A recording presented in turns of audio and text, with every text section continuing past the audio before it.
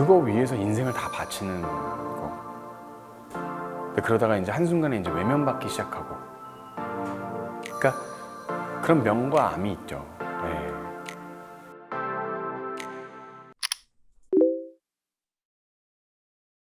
그때도 너무 화려하고 너무 감사했어요. 이분들은 누군데 와서 보고 있지? 도쿄돔은 일반적으로 거의 한 5만 명에서 4만 명이 좀 넘어가야 되거든요. 진짜 한 3, 4만 명은 넘어가야 어느 정도는 자리가 이제 매진이 되는 건데, 많게는 이제 좁게 뭐 이렇게 타이트하게 하면 한 5, 6만까지도 저는 알고 있는데.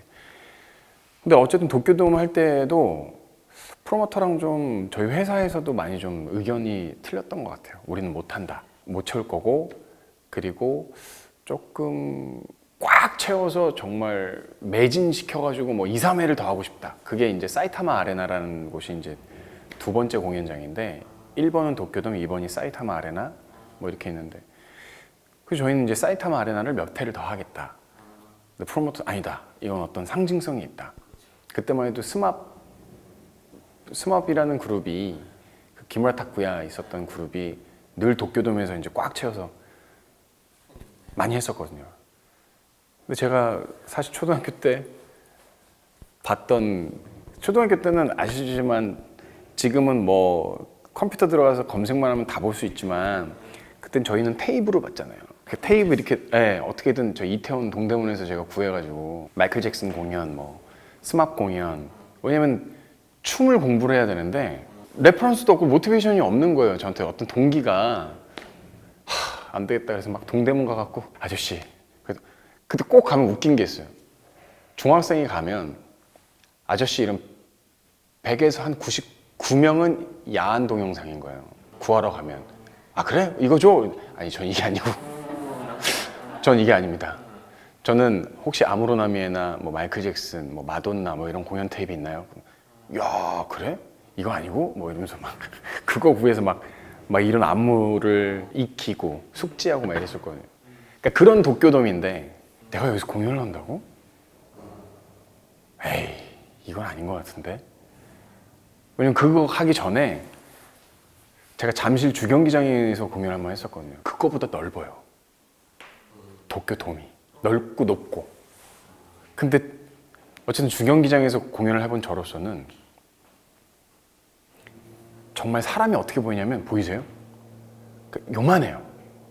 앞에 저기 사람을 보면. 근데 사실은 가수로서는 적어도 한 5천 명 정도 공연장이 제일 좋거든요. 눈앞에서 다 같이 시선 맞춰주고 그게 제일 재밌어요. 5천 명에서 한 많게는 10,000명.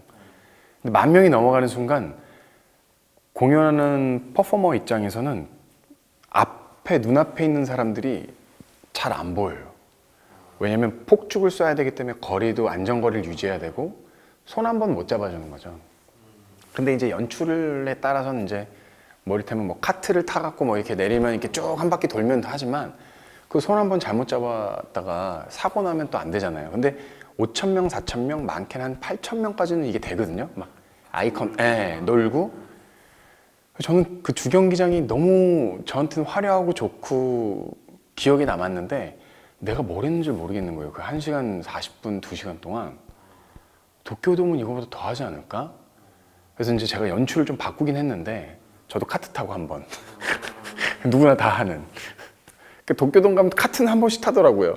그래서 저도 카트 타고 이렇게 한번 쭉 돌았는데 안 될 것 같은데 그래도 됐더라고요. 일본에 계신 프로모터 분들도 워낙 프로셨고, 그래서 정말 도쿄돔을 꽉 채워서 했죠. 수많은 회사에서 연락이 왔었고, 근데 그럼 그때 왜 음반으로는 진출 안 하셨죠? 음반을 왜 안 내셨어요? 라고 물어보신다면, 배우로서의 가능성이 훨씬 더 컸어요. 그 당시에는 K-팝에 대해서 조금 더 의심이 많았고, 그리고 근데 저는 배우로서 그때 한참 에이시안들 배우가 너무 필요했던 상황이었고, 근데 그때 소니 픽처스, 그 다음에 뭐 유니버설, 워너 브라더스, 그 파라마운트, 그래서 음반 레이블은 뭐 당연히 연락이 많이 왔고, 사실은 이런 거죠. 그러니까 제가 만약에 앨범을 내려고 그러면 일단은 미국 시스템이 그래요. 제 돈으로 일단 앨범을 다 만들어야 돼요. 투자자들이 없는 이상. 그럼 그 앨범을 갖고 뮤직비디오까지 찍고 그 다음에 이걸 돌려야 돼요. 그래서 나랑 같이 할 사람. 근데 그게 없으면 말 그대로 어마어마한 제작비가 날아가죠. 밥상으로 따지면 밥상을 빨리 차려야 되고 반찬도 볶아야 되고 밥도 완쳐야 되고 국도 제가 끓여야 되는 입장인 거예요. 하나하나 다 제가 셋업을 해야 되는 거죠. 근데 영화는 밥상이 다 차려져 있으면 젓가락을 놔도 될까요? 젓가락 숟가락 좀 놔도 될까요? 워너브라더스라는 배급사에서 영화 촬영에 대한 모든 시스템을 마련해 놓고 감독님도 계시고 다른 배우들도 계시면 저는 그냥 스크립트만 이 대본만 쫙 달달 외우고 현장에 가면 되는 거거든요. 근데 음악은 감독님도 제가 섭외해야 되고 스튜디오에도 섭외해야 되고 뮤직비디오 장소 촬영장 섭외해야 되고 뭐 해야 되고 막 이런 거죠.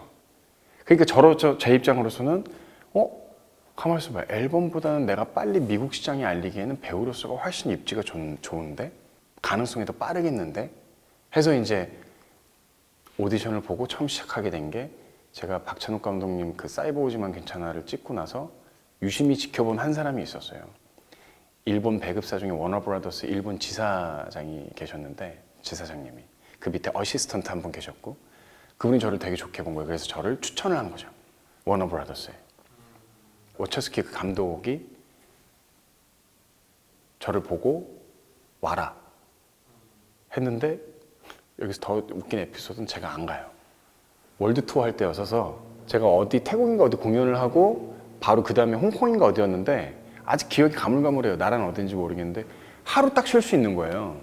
근데 그 하루를 제가 베를린을 갔다 와야 되는 거예요. 이거는 내가 도저히 사람으로서는 할 수가 없다. 이거 전세기를 띄울 수도 없는 거. 전세기를 띄워도 발 살짝 딱 담그고 나와야 되잖아요. 그래서 제가 처음에는 너무나 좋아했죠. 매트릭스 감독이고 나한테 이런 기회가 온다고? 가자. 그런데 하루에 왔다 갔다 해야 되는 거예요. 근데 그러면은 공연이 끝나서 어떻게든 씻고 공항으로 가서 비행기를 타고 가서 또 경유해서 베를린으로 곧장 가는 게 없어요. 직항이. 또 베를린으로 갔다가 또 다시 와서 홍콩이든 어디든 또 날아가서 내리자마자 헤어 메이크업 받고 공연을 해야 되는 거예요. 이건 난 할 수가 없다.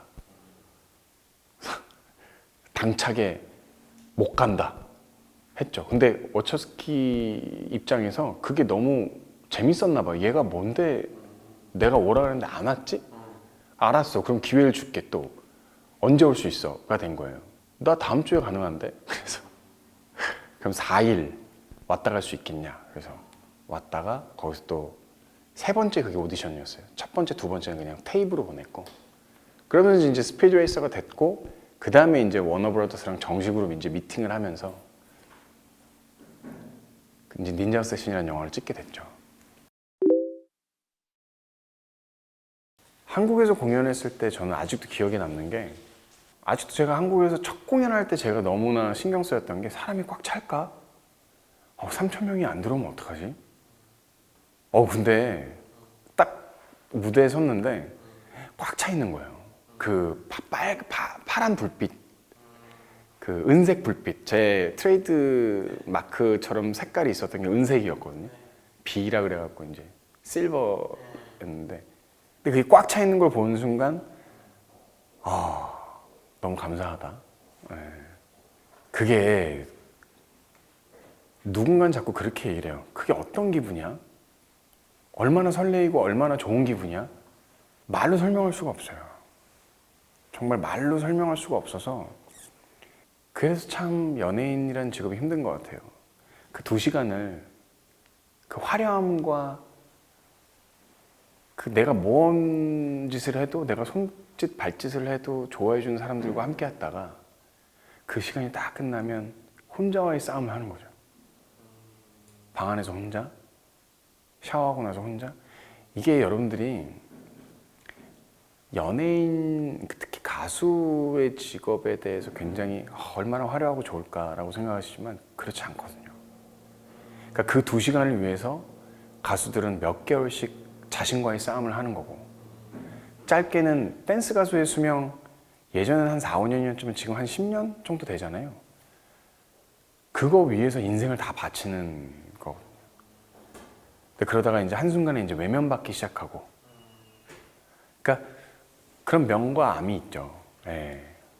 그러니까 저도 그때 좀 놀랐던 게 그거예요. 그 기분이 어떤 방식으로도 설명이 안 되는 거예요. 좋아하는 여자, 진짜 만나고 싶었던 여자의 손을 잡는 기분인가?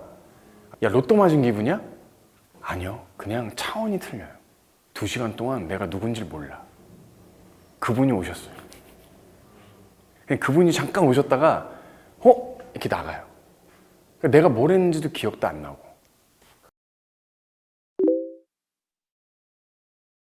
참 그렇게 얘기해 주시면 참 거만하고 오만한 얘기지만, 이 질문 자체가 사실 조금 저한테 있어서 부담스러운 질문인데, 저는 홍콩에 비행기를 딱 타고 내렸을 때 이 게이트가 열리는 순간 새로운 시장이 열렸구나. 가수가 음악 프로에 쓸 수 있는 건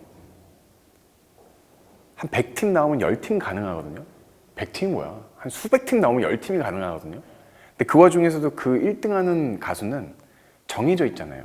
제가 그랬어요. 제 소원이 음악 프로에서 그게 어떤 프로가 됐든 1등 하는 게 제 소원이었거든요. 근데 그걸 이루고 나서는 너무 행복하다 그랬는데, 이 게이트가, 그 홍콩 공연을 갈 때 이 게이트가 딱 열린 순간, 내가 아직 많이 모자랐구나. 그리고 나한테 있어서 기회는 더 있구나. 난 이제 시작이구나. 또 다른 꿈이 열리더라고요. 1층, 2층, 3층, 4층까지 사람이 꽉 차 있는 거예요. 그때도 전 뒤에 누가 온 줄 알았어요. 그래서 뭐지? 그래서 봤는데 다 제 팬들이더라고요. 홍콩에 있는. 그래서 그때 두려웠고 시작이라는 생각이 들었고, 나 해외에서도 어떤 가능성이 있겠다. 나를 너무 낮게 보지 말. 저는 되게 저를 낮게 봤거든요, 늘. 그래서 더 노력하고, 그래서 끈기 있게 했고, 정말 이가 없으면 잇몸으로 씹을 정도로 나를 과소평가하지 말자. 더 큰 꿈을 위해서 조금 이거 올리자. 그래서 그때 그런 생각이 좀 들었었어요. 정말 그 자동문 열리는 순간 새로운 세상이었어요. 할 일도 많고 싸워서 이겨야 될 때도 많구나.